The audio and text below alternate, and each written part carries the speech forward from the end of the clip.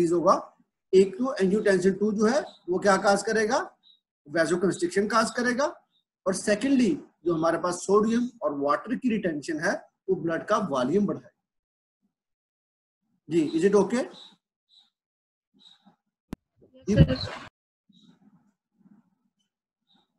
किसी को कंफ्यूजन तो नहीं है? जी बच्चों,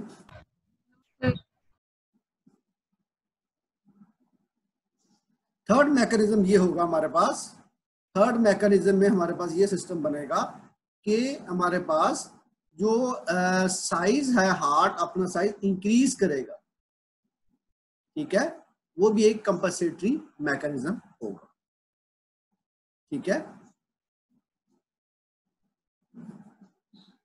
ये हमारे पास फीचर्स थे जिसे हम बात कर रहे हैं कंजेस्टिव कार्डिक फेलियर के, ये हार्ट फेलियर।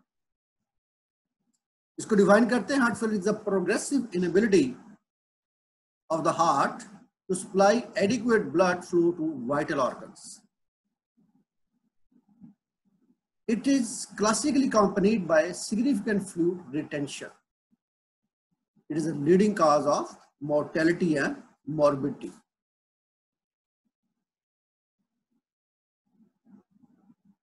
बेसिकली होता क्या है कि हमारे पास जो वेंट्रिकल्स होते हैं उनमें क्या होता है, हमारे पास उनकी एबिलिटी खत्म हो जाती है कि वो पंपिंग एक्शन कर सके, ब्लड को सप्लाई कर सके टू अदर ऑर्गन्स, जिसका रिजल्ट क्या था हमारे पास, जब ब्लड जो है वो पूरी तरह से वेंट्रिकल जो है उसे पंप नहीं कर पाएंगे, उसका बैक प्रेशर हो, जिसकी वजह से क्या हमारे पास कंजेशन हो जाएगी लंग्स की और लिवर की। ये क्यों हो रही है? Due to the accumulation of fluid, जिसे हम एडीमा भी कहते हैं।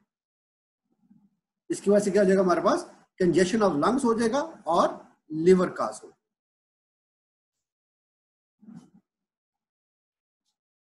कंपनसेटरी मैकेनिज्म मैंने ऑलरेडी आपको बता दिए हैं, सिंपैथेटिक नर्वस सिस्टम की एक्टिवेशन, रेनिन एंजियोटेंसिन सिस्टम की एक्टिवेशन और मायोकार्डियल हाइपरट्रॉफी, हार्ट का साइज जो है वो इंक्रीज हो जाता है।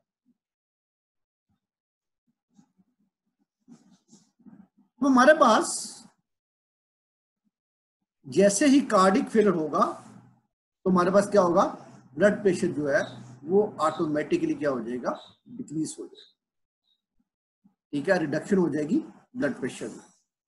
जब ब्लड प्रेशर में रिडक्शन होगी तो हमारे पास क्या काम होगा, हमारे पास सिंपैथेटिक एक्टिविटी जो है वो हार्ट की इंक्रीज हो जाएगी, बल्कि पूरी बॉडी की इंक्रीज होगी। जो baroreceptors that are present near the carotid arteries वो क्या करेंगे, उसको सेंस करेंगे डिक्रीज इन ब्लड प्रेशर को, और सिग्नल जो है वो सेंड करेंगे toward the cardiovascular centre.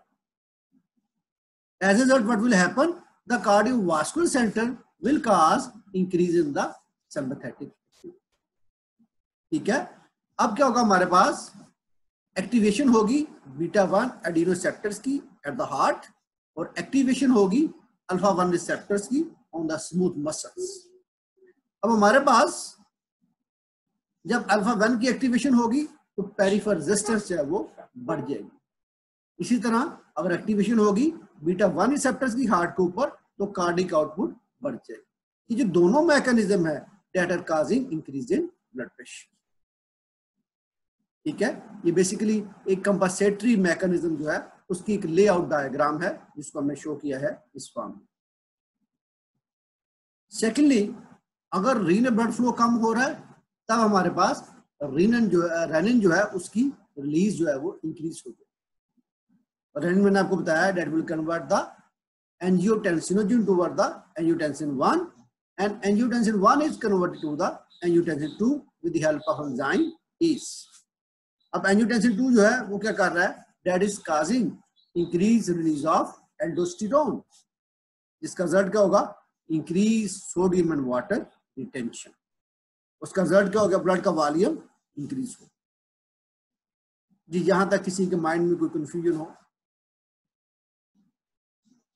Ji any body? जी बच्चों, किसी के माइंड में हो? जी क्लियर है सर। ये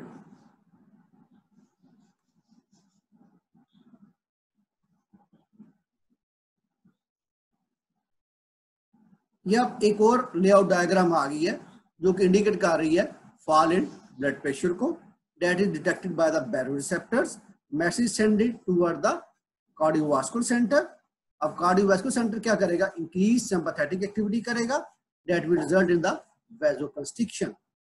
And similarly, when there is increase in sympathetic activity, there is increase in heart rate and also in the stroke volume. अब जब ये सारा प्रोसेस होगा तो हमारे पास क्या होगा, ब्लड प्रेशर जो है वो इंक्रीज हो जाएगा। Baroreceptors are also present on the, कहाँ पाए जाते हैं हमारे पास, कैरोटिड आर्टरीज के पास पाए जाते हैं, नियर द नेक रीजन। और ये दो काम कर रहे हैं, एक तो ये सेंस कर रहे हैं हमारे पास जब ब्लड प्रेशर हाई होगा तब ये एक्टिव होंगे, और सेकेंडली जब ब्लड प्रेशर लो होगा। जब ब्लड प्रेशर हाई है तो ये क्या करेंगे, कार्डिक आउटपुट को कम करने की कोशिश करेंगे और पेरिफेरल रेजिस्टेंस को भी कम करेंगे, जिसकी वजह से क्या होगा, हमारे पास ब्लड प्रेशर डिक्रीज हो जाएगा। अगर ब्लड प्रेशर लो है तो ये क्या करेंगे, हमारे पास कार्डिक आउटपुट जो है वो इंक्रीज होगी, पेरिफेरल रेजिस्टेंस भी इंक्रीज होगी, that will result in the increase in the blood pressure.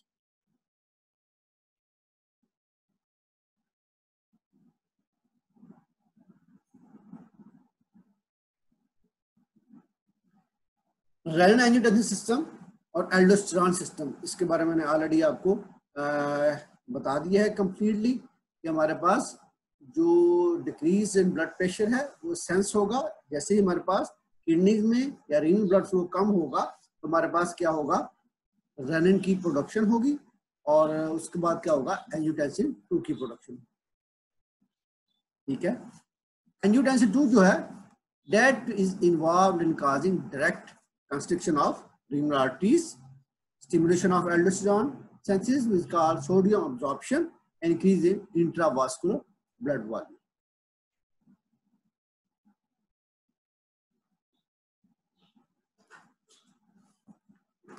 Next हम बात करते हैं हार्ट की कंडीशन की। हार्ट जो है नॉर्मली किस कंडीशन में है, और जो एबनॉर्मल हार्ट है जिसमें हमारे पास कैसे कहते हैं हार्ट फेल हो चुका है, उसकी कंडीशन किस तरह की। हम ये देखते हैं, ये हमारे पास एक नॉर्मल हार्ट की डायग्राम है जो हमें शो कर रही है कि हमारे पास ये जो वेंट्रिकल की वॉल है ये हमारे पास उसकी थिकनेस इस तरह की। ठीक है, अब हम बात करेंगे ऐसा हार्ट जिसमें हार्ट फेलर काज हो चुका है, उसकी वॉल देखिए हमारे पास दैट इज मोर थिकेंड। तो मायोकार्डियल वॉल है that is more thickened as compare to the normal heart.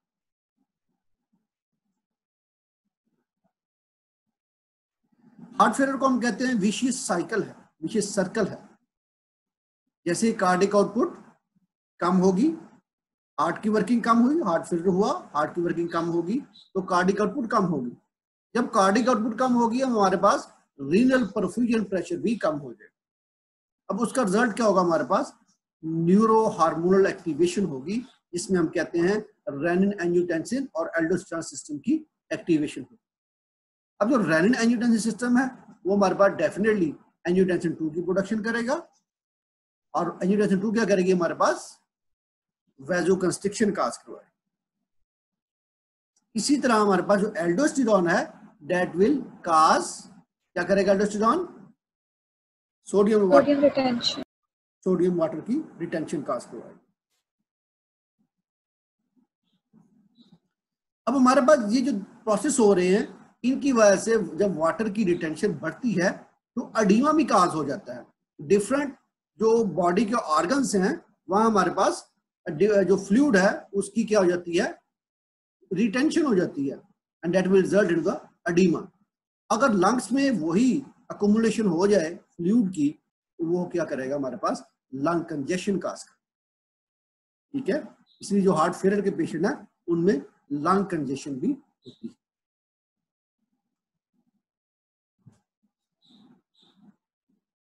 तो हमारे पास काजेज आ गई हैं कि कार्डिक हार्ट फेलियर की, कंजेस्टिव कार्डिक फेलियर की क्या क्या रीजंस हो सकती हैं। एक तो रीजन है सबसे पहले कॉर्नी आर्टरी डिजीज, जिसमें क्या होता है हमारे पास डेपोजिशन हो जाती है फैट्स की इनसाइड द ब्लड वेसल्स, और जिसका रिजल्ट क्या होता है हमारे पास आर्थरोस्क्लेरोसिस होती है और हमारे पास प्रॉपर ब्लड की सप्लाई नहीं हो पाती। सेकेंड रीजन आ जाएगी हमारे पास हाइपरटेंशन की। जो हाइपरटेंसिव पेशेंट है उनमें भी हमारे पास हार्ट फेलियर के चांस हो सकते हैं। थर्डली वाल्वुलर हार्ट डिजीज, जिसमें हमारे पास आयोटिक वाल्व की प्रॉपर ओपनिंग नहीं होती, जिसकी वजह से हमारे पास ब्लड की सप्लाई नहीं हो पाती। ठीक है। और फोर्थ हमारे पास कार्डियोमायोपैथीज है। ठीक है, डिफरेंट हमारे पास हार्ट की जो प्रॉब्लम्स है जिनकी वजह से हार्ट जो है वो प्रॉपरली ब्लड सप्लाई नहीं कर पाता। और लास्टली हमारे पास क्रोनिक अल्कोहल यूज जो है that is also cause of congestive cardiac failure.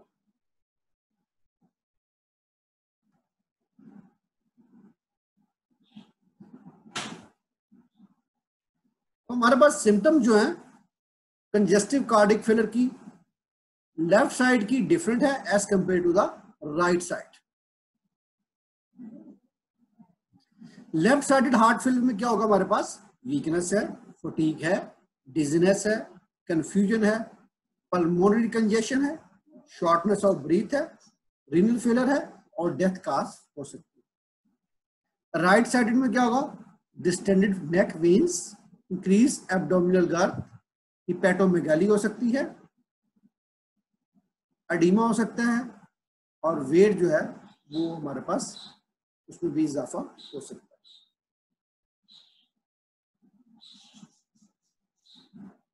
अब हमारे पास ये जो डिफरेंट कंडीशन क्रिएट हुई हैं due to the heart failure और जो कंपनसेटरी मैकेनिज्म हुए हैं उनका भी बॉडी को साइड इफेक्ट होता है। जो सोडियम और वाटर की रिटेंशन होती है, आपको पता है वो एडिमा काज कर रही है बॉडी के डिफरेंट पॉइंट्स में, डिफरेंट ऑर्गन्स में वो एडिमा काज कर रही है, अकुमुलेशन हो रही है फ्लूइड की, जो कि कंजेशन का बायस भी बन रहा है और हमारे पास जो डिफरेंट हमारे पास ऑर्गन्स हैं उनकी वर्किंग भी डिस्टर्ब हो रही है। Although it is a compensatory mechanism, लेकिन बॉडी जो है वो सफर कर रही है। अब हम डिफरेंट मेडिकेशन देंगे जो कि हमारे पास इंप्रूव करेंगी हार्ट फेलियर के पेशेंट। सबसे पहले हमारी स्ट्रेटेजी क्या होगी, हम फ्लूइड का लोड कम करें। ठीक है, जो इंक्रीज वॉल्यूम है फ्लूइड का ब्लड में उसको हम कम कर दें। सेकेंडली हम क्या करेंगे, परिलोड को कम करें। ये परिलोड क्या होता है बड़ा, हम लास्ट टाइम एक बात कर चुके हैं, what is preload and afterload. जी कोई बताएगा what is preload and what is afterload, ताकि आपकी भी रिवीजन हो जाए। जी जी बच्चों, जी आयशा, महरीन, रिमशा। प्रीलोड में जो वेंट्रिकल्स की कॉन्ट्रैक्शन से पहले जो फिलिंग हो रही होती है एट्रियम की, ठीक है, तो वो जो कॉन्ट्रैक्शन आफ्टर लोड में जो वेंट्रिकल्स में जो कॉन्ट्रैक्शन होती है, ठीक है जी, वेंट्रिकल्स जब कॉन्ट्रैक्ट करते हैं तो वो जो फोर्स अप्लाई करते हैं। ठीक है, ठीक है, जो वो फोर्स जो कि ब्लड को मूव करती है from the ventricles toward the other body organs, ठीक है, उसको हम आफ्टर लोड कहते हैं। वो टेंशन है, वो प्रेशर है। और प्री लोड क्या होगा, जब हार्ट जो है वो फिल हो जाएगा विद द ब्लड। ठीक है, वो प्रेशर जो कि डेवलप होता है during the filling of the heart.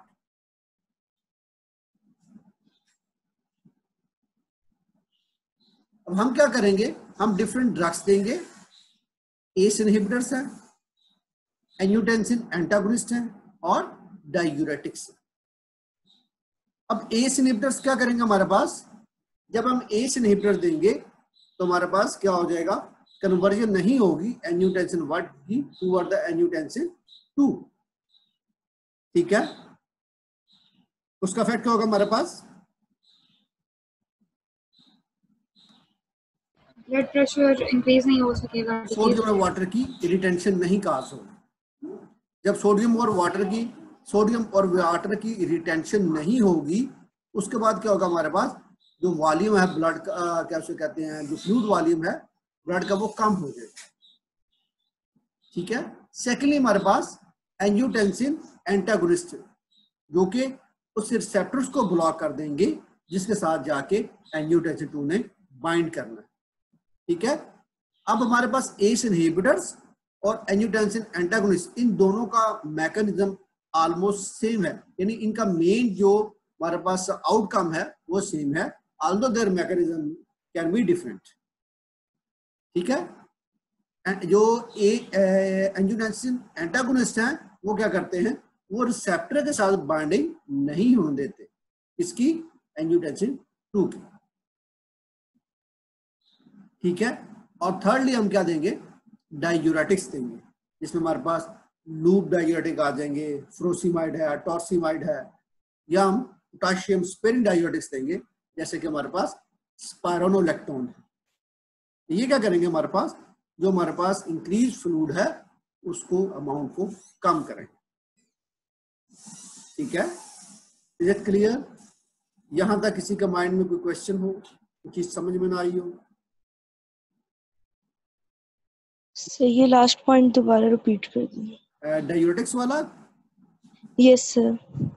Diuretics हमारे पास बेसिकली क्या करेंगे, यूरिनेशन का प्रोसेस को इंक्रीज करेंगे। जब यूरिनेशन का प्रोसेस इंक्रीज होगा तो हमारे पास जितना भी फ्लूइड जो है, एक्सेस अमाउंट जो है वो बॉडी में अक्यूमुलेट है, उसको हम क्या करेंगे, बाय डाययूरेसिस उसको रिमूव करने की कोशिश करेंगे बॉडी से।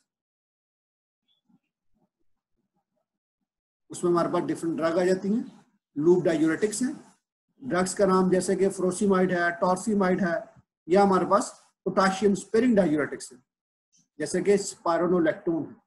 ये क्या करेंगे, जो इंक्रीज फ्लूइड है ब्लड का उसको कम करेंगे। जी ओके जी, क्लियर है? यस सर क्लियर है। अच्छा जी, नेक्स्ट पॉइंट हमारे पास आ गया, हमने उसकी कंट्रैक्टिलिटी को इंप्रूव करना है। ऐसी ड्रग्स देंगे जो क्या करेंगी, force of contraction of heart उसको इंक्रीज करेंगी। वो हार्ट फेलियर की तरफ जा चुका है, तो डेफिनेटली हमारे पास जब हार्ट फेलियर की तरफ जाएगा तो हमारे पास क्या होगा, ब्लड की सप्लाई जो है वो बॉडी को कम होगी। हमने उसको इंप्रूव करना है, तो हम क्या करेंगे, ऐसी ड्रग्स देंगे जो force of contraction of heart को इंक्रीज करे। उसमें हमारे पास डाइजॉक्सिन है और डोब्यूटामिन। डाइजॉक्सिन जो है हमारे पास क्या करेगी, ये सोडियम पोटाशियम एटीपीएस पंप को ब्लॉक कर देगी। ठीक है, ताकि हमारे पास सोडियम की जो कंसंट्रेशन है इनसाइड द मायोकार्डियम वो इंक्रीज हो। सेकेंडली जो डोब्यूटामिन है वो एक्ट करेगी बीटा 1 रिसेप्टर्स के ऊपर।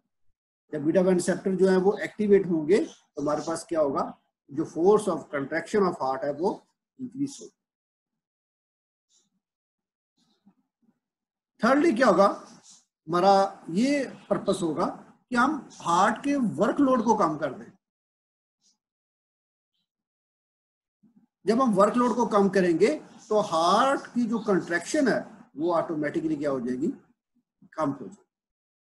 ठीक है, जब हम बीटा 1 रिसेप्टर को ब्लॉक कर देंगे तो हमारे पास जो हार्ट का वर्कलोड है वो कम हो जाएगा। इसका रिजल्ट क्या होगा, हमारे पास force of contraction of heart जो है उसको हम कम कर रहे हैं, ताकि हार्ट के ऊपर इतना बर्डन ना पड़े। वो ऑलरेडी वीकेंड हो चुका है, ऑलरेडी उसके मसल जो है वो कंट्रैक्ट नहीं कर रहे। ठीक है, उसका लोड कम करने के लिए हम बीटा ब्लॉकर्स को एडमिनिस्टर करेंगे। जी इज इट ओके? यहां तक कोई क्वेश्चन किसी के माइंड में, कोई चीज समझ में ना आई हो? जी बच्चों। सर आपने इसको क्या बताया कि जो डाइजॉक्सिन है वो ब्लॉक करेगा सोडियम पोटेशियम एटीपीएस पंप को, जी, तो जब क्या पंप होगा? को ब्लॉक करेगा तो हमारे पास सोडियम और पोटाशियम जो है उनकी जो मूवमेंट हो रही है वो ब्लॉक है। ठीक है, हमारे पास पोटाशियम का इनवर्ड मूवमेंट होती है और सोडियम की आउटवर्ड मूवमेंट होती है, उसको हमने ब्लॉक कर दिया, जिसकी वजह से क्या होगा, सोडियम जो बाहर मूव नहीं करेगा, वो मायोकार्डियम के इनसाइड रहेगा। जब मायोकार्डियम के इनसाइड रहेगा तो हमारे पास कंट्रैक्शन जो है उसके चांसेस जो है वो बढ़ेंगे। जो हार्ट की वीकनेस हो चुकी है कि वो कंट्रैक्ट नहीं कर पा रहा, हम उसकी कंट्रैक्शन को इंप्रूव करेंगे। जी इज क्लियर? Yes sir. बच्चे कम क्यों हैं आज, क्या मसला है? 35 हो गए, यानी हाफ स्ट्रेंथ, क्या वजह?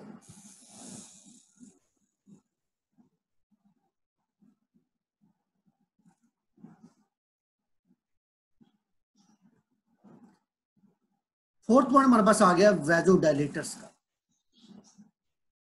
हम क्या करेंगे, वैजोडायलेटर्स देंगे, जैसे कि हमारे पास आइसोसार्बाइड डाइनाइट्रेट है और हाइड्रियालाजीन है।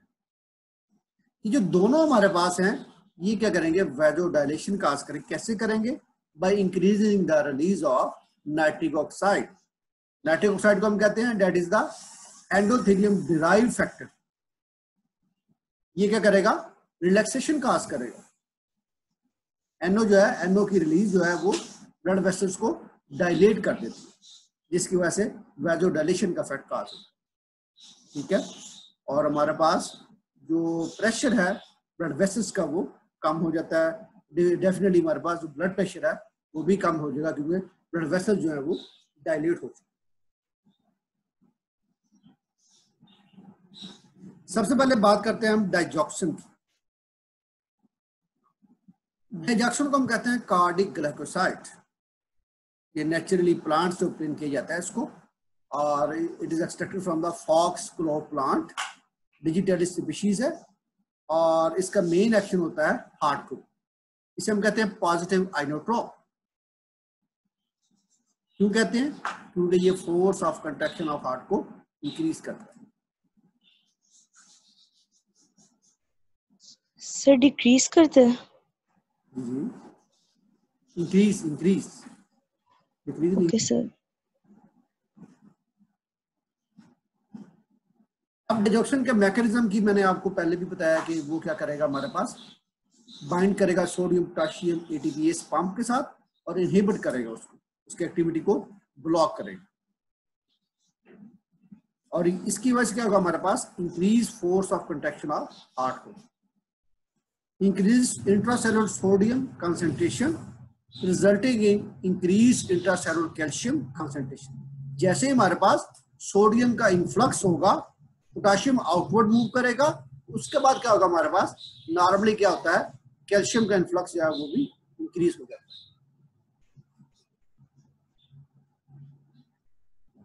अब जो इंक्रीज कैल्शियम की कंसंट्रेशन है, उसका रिजल्ट क्या होगा, हमारे पास increase force of contraction of heart होता है नॉर्मली। ये नॉर्मल मैकेनिज्म जो है उसको हम एक्सप्लेन कर रहे हैं कि जैसे हमारे पास इंट्रासेलुलर सोडियम जो है उसकी कंसंट्रेशन बढ़ती है मायोकार्डियल सेल के अंदर, उसका रिजल्ट क्या होता है हमारे पास, उसके बाद कैल्शियम का इन्फ्लक्स भी हो जाता है।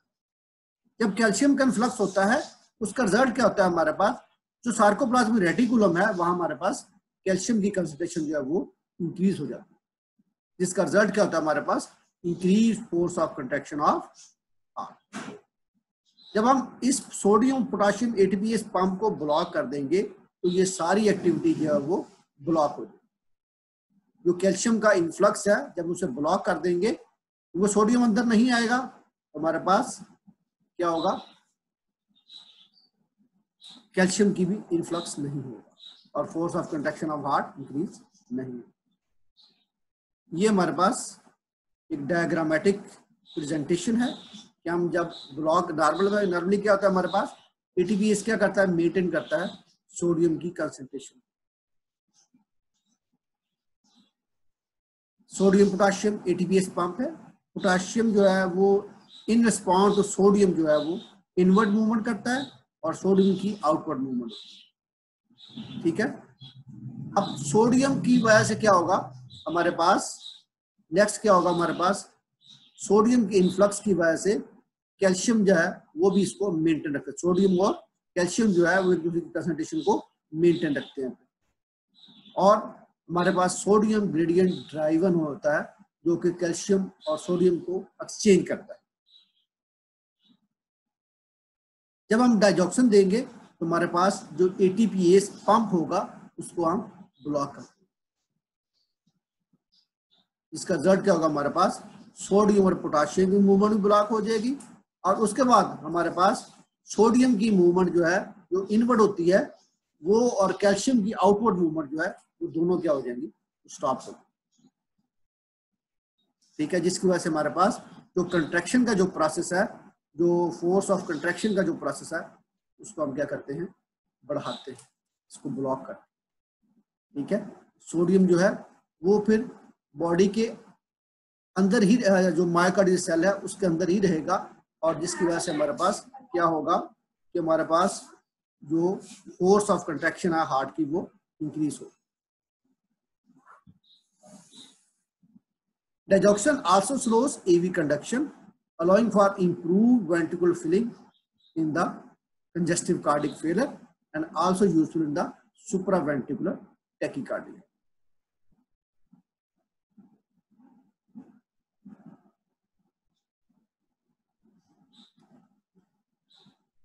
डाइजॉक्सिन जो है इसको हम ऑरली भी दे सकते हैं और बाय आईवी रूट भी दे सकते हैं। इसकी हाफ लाइफ कितनी है, अबाउट 36 साल।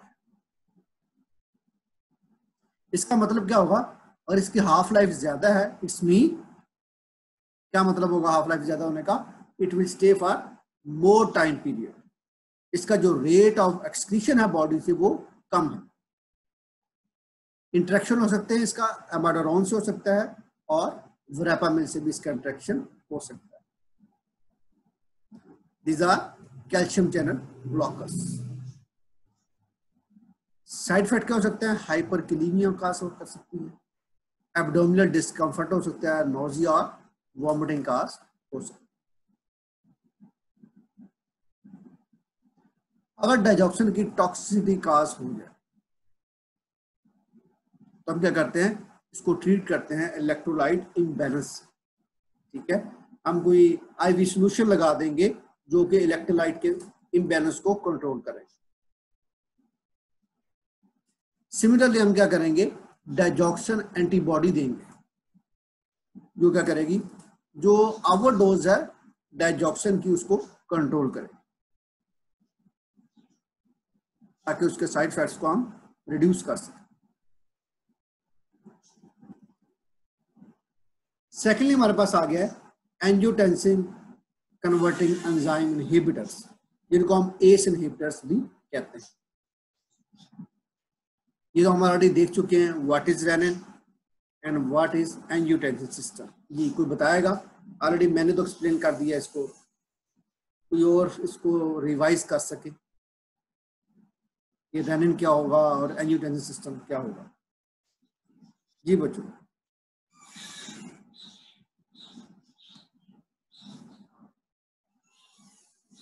जी कौन इसको रिवाइज करेगा।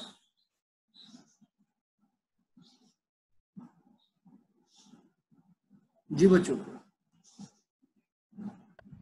सर रेनिन किडनी से रिलीज होगा और एंजियोटेंसिन हो, जिनको एंजियोटेंसिन 1 में कन्वर्ट करेगा, एंजियोटेंसिन 1 से 2 में एस उसको कन्वर्ट करेगा। उसके बाद एंजियोटेंसिन 2 जो होगा वो वेजो कंस्ट्रिक्शन काज करेगा और एल्डोस्टेरोन भी रिलीज करेगा जो सोडियम की रिटेंशन करेगा, सोडियम और वाटर की, तो इसके रिजल्ट में ब्लड प्रेशर इंक्रीज होगा। ठीक है, शाबाश। अब हम ऐसी ड्रग्स देंगे जो कि ब्लॉक कर दे एंजियोटेंसिन सिस्टम की एक्टिविटी को। ठीक है, एस इनहिबिटर्स देंगे जो कि ब्लड इंक्रीज ब्लड प्रेशर है उसको कम करेंगे, और हमारे पास एंजियोटेंसिन जो है उसकी एक्टिविटी को कम करेंगे। एंजियोटेंसिन 2 जो है उसकी फॉर्मेशन को हम क्या कर रहे हैं, डिक्रीज कर रहे हैं। जब वो डिक्रीज होगी हमारे पास तो डेफिनेटली हमारे पास एक तो फ्लूइड और वाटर की रिटेंशन नहीं होगी, और क्या कहते हैं सोडियम की रिटेंशन भी नहीं होगी, और सिमिलरली हमारे पास वैजो कंस्ट्रिक्शन काज नहीं होगी जो कि एंजियोटेंसिन 2 काज कर रहा है। ठीक है, इन तमाम प्रोसेस को हम क्या कर देंगे, रोक देंगे जब हम एस इनहिबिटर देंगे, क्योंकि हमारे पास एस इनहिबिटर से क्या होगा, एंजियोटेंसिन 1 की एंजियोटेंसिन 2 में कन्वर्जन नहीं काज।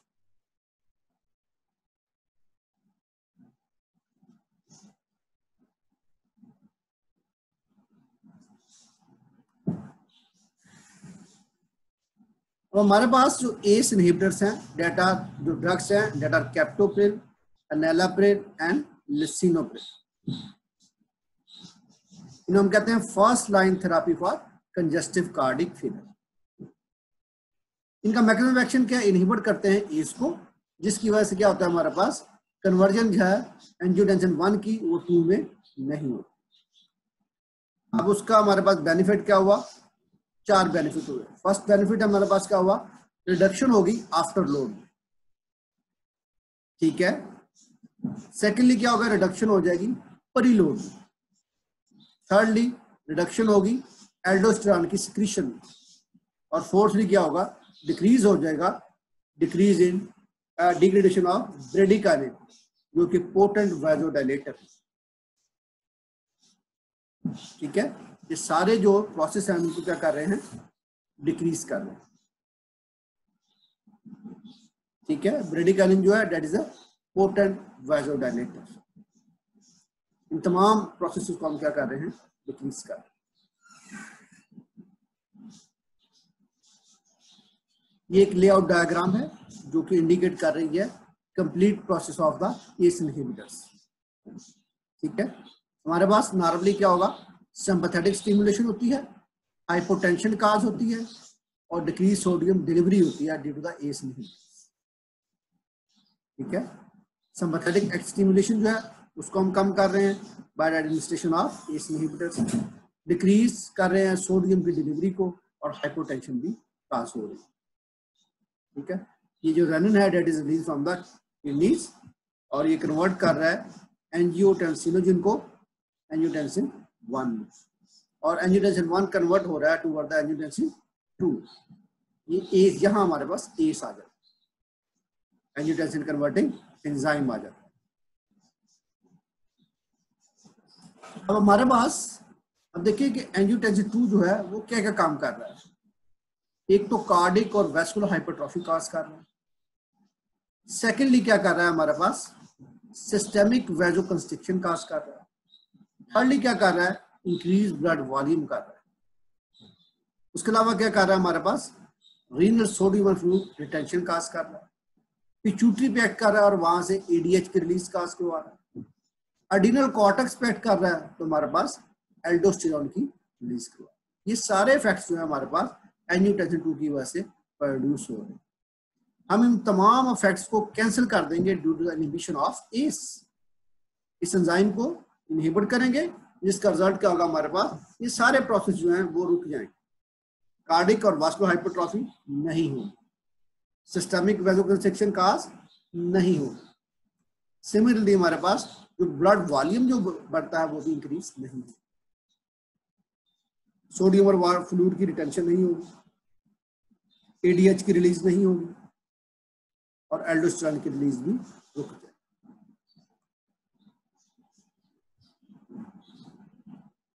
It is another diagram that is showing the effect of the angiotensin 2, effect of the ACE। ACE को हम ब्लॉक करेंगे तो हमारे पास एक तो ब्रेडिकाइनिन जो है उसकी वो इनएक्टिव हो जाएगा, और सेकेंडली ये जो है तो सारे प्रोसेस हम ऑलरेडी डिस्कस कर चुके हैं लास्ट डायग्राम में, वो भी नहीं हो।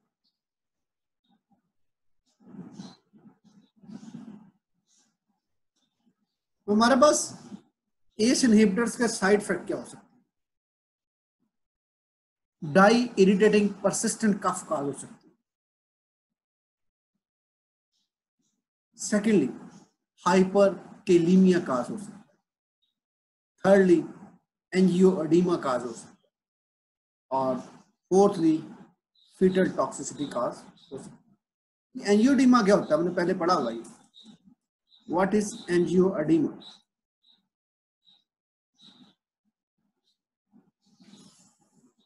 जी तो बताएगा व्हाट इज एंजियोएडिमा।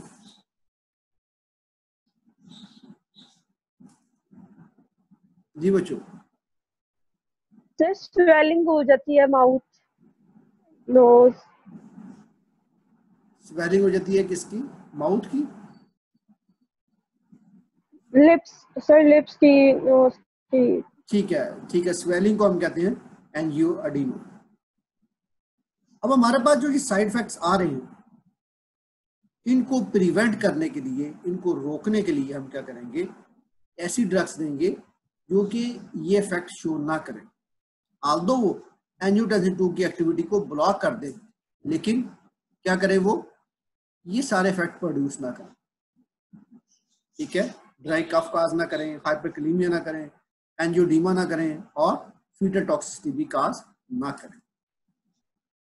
हम क्या करेंगे, हम एंजियोटेंसिन 2 रिसेप्टर ब्लॉकर्स दे दें, इस इनहिबिटर की बजाय एंजियोटेंसिन 2 रिसेप्टर ब्लॉकर दे देंगे, जिनकी वजह से क्या होगा, हमारे पास इफेक्ट सारे यही होंगे, लेकिन ये जो साइड इफेक्ट प्रोड्यूस हो रहे हैं वो रुक जाएंगे।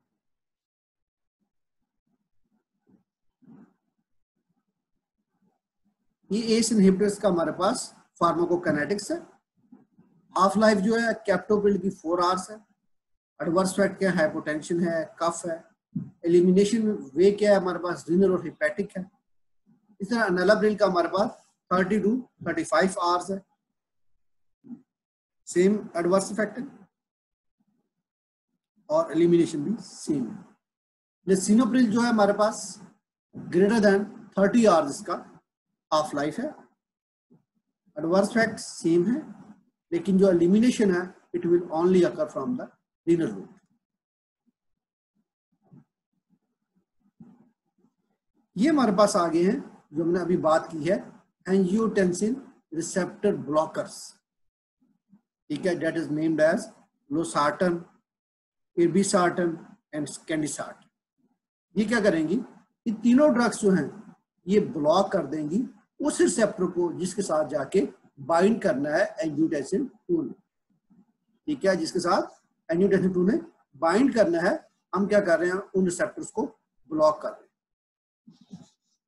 जब वो रिसेप्टर ब्लॉक हो जाएंगे तो इफेक्ट सारे वही प्रोड्यूस होंगे जो एस इनहिबिटर की वजह से प्रोड्यूस हो रहे हैं।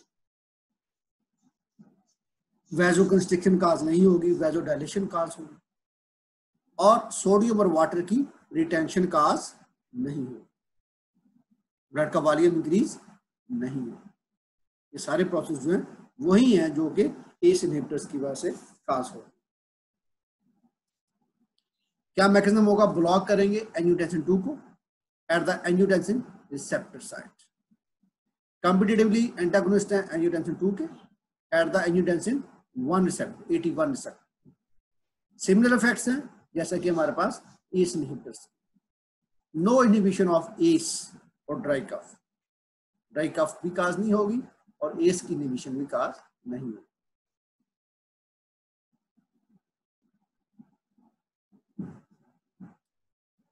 अब नेक्स्ट हमारे पास आगे हैं बीटा ब्लॉकर्स।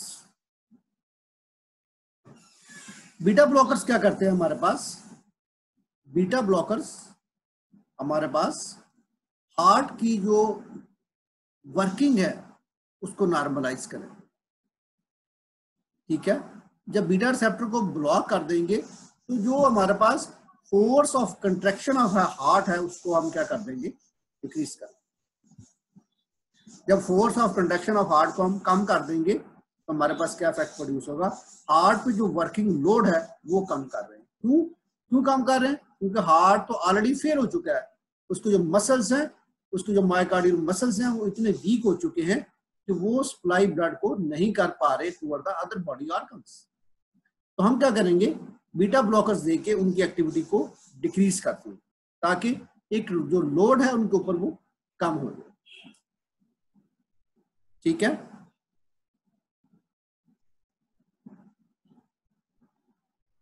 अब हमारे पास सिंपैथेटिक नर्वस सिस्टम की एक्टिवेशन जो है उसको ब्लॉक करते हैं और इसको हम लो डोज से स्टार्ट करेंगे। बीटा ब्लॉकर्स को लो डोज से स्टार्ट करेंगे और चेक करेंगे कि हमारे पास ब्रेडिकार्डिया जो है उसको मॉनिटर करेंगे कि ब्रेडिकार्डिया किस डोज पे काज होता है। कार्बिडिलोल एंड मेटोप्रोलोल ये most commonly congestive cardiac failure हम यूज करते हैं बीटा ब्लॉकर्स।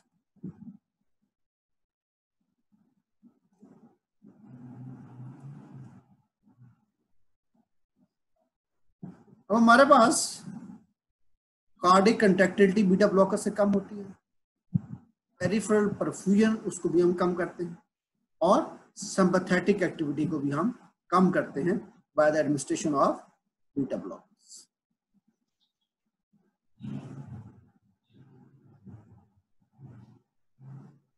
अब जो बीटा ब्लॉकर्स जो हैं वो क्या क्या चीजें ब्लॉक कर रहे हैं।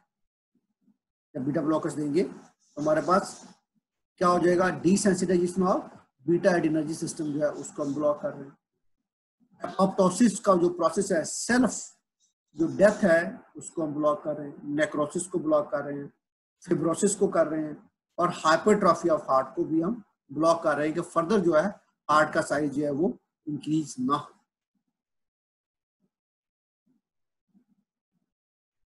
इसमें हमारे पास बीटा ब्लॉकर्स जो हैं that are of two types.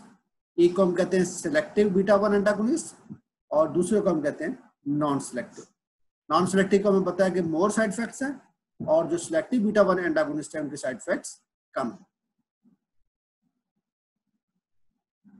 Selective में हमारे पास मेटोप्रोल है और बिसोप्रोल है, जो कि रिड्यूस करती है डेथ को, कंजेस्टिव कार्डिक फेलियर के patient.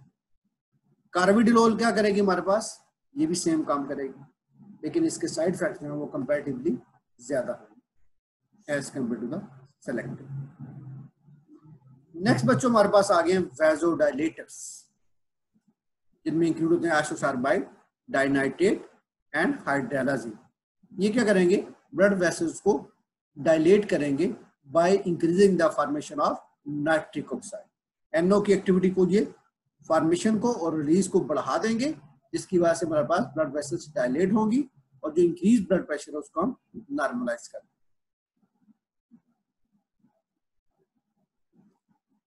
आइसोसार्बाइड, dinitrate and hydralazine used in patient who can not tolerate ACE inhibitors. जो एस इनहिबिटर्स को टॉलरेट नहीं कर पाते उनको ये ड्रग्स देते। ये क्या करती हैं, रिड्यूस करती हैं परिलोड को एंड आफ्टर लोड, दोनों चीजों को क्या करेंगे, ये रिड्यूस करते हैं। ठीक है, परिलोड वो प्रेशर जो कि at the filling of heart पे होता है, और आफ्टर लोड वो प्रेशर जो कि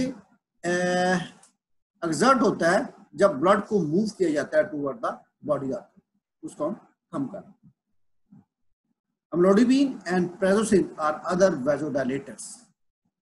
ठीक है, दीज आर बेसिकली हमारे पास अल्फा 1 ब्लॉकर्स है प्रेजोसिन, और अम्लोडिबिन जो है that is also the sympathetic nervous system blockers, जिसकी वजह से हम क्या कहते हैं, इनके भी वही इफेक्ट्स हैं जो हमारे पास आइसोसार्बाइड, डाइनाइट्रेट और हाइड्रोलाजीन के, लेकिन इनका रोल डिफरेंट है।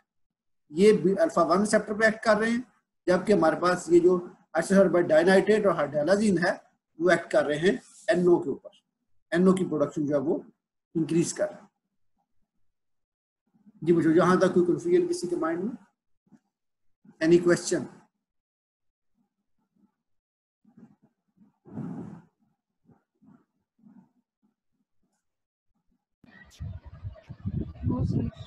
जी आशा, सर क्लियर है।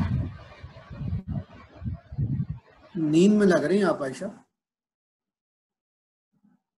ऐसे है? वो सर काफी देर पहले से उठी हुई हूँ।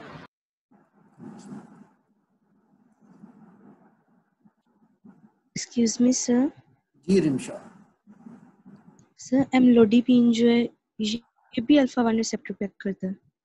नहीं, अल्फा 1 पे नहीं एक्ट करेगा, ये भी हमारे पास वैसोडाइलेटर है। ठीक है, ओके सर। अम्लोडिबिन जो है दैट इज आल्सो वैसोडाइलेटर, प्रेजोसिन जो है दैट इज आल्सो वैसोडाइलेटर। ये हमारे पास जो सिंपैथेटिक नर्वस सिस्टम के रिसेप्टर्स में उन पे एक्ट करेंगे।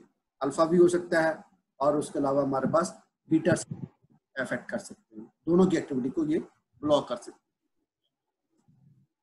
Okay sir. जी बच्चों, कोई क्वेश्चन किसी के माइंड में हो, कोई कंफ्यूजन हो यहाँ तक? जी बच्चों, क्लियर है?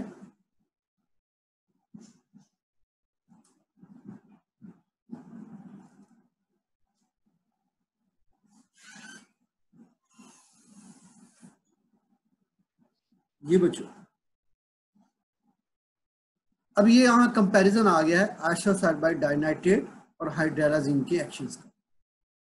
आइसोसल्फाइड डाइनाइट्रेट क्या करेगा, हमारे पास रिलीज करेगा नाइट्रिक ऑक्साइड, उस रिलीज को इंक्रीज करेगा। हाइड्रोलाजीन जो है वो नाइट्रिक ऑक्साइड के रिलीज को भी इंक्रीज कर रहा है, और सेकेंडली हमारे पास मिटिगेट कर रहा है टॉलरेंस टू नाइट्रेट्स। ठीक है, मेन एक्शन क्या है हमारे पास, डायलेशन है आर्टरीज और वेन्स की, आइसोसल्फाइड डाइनाइट्रेट की। इसी तरह हाइड्रोलाजीन जो है वो भी आर्टरीज को डायलेट कर रहा है। लास्टली हमारे पास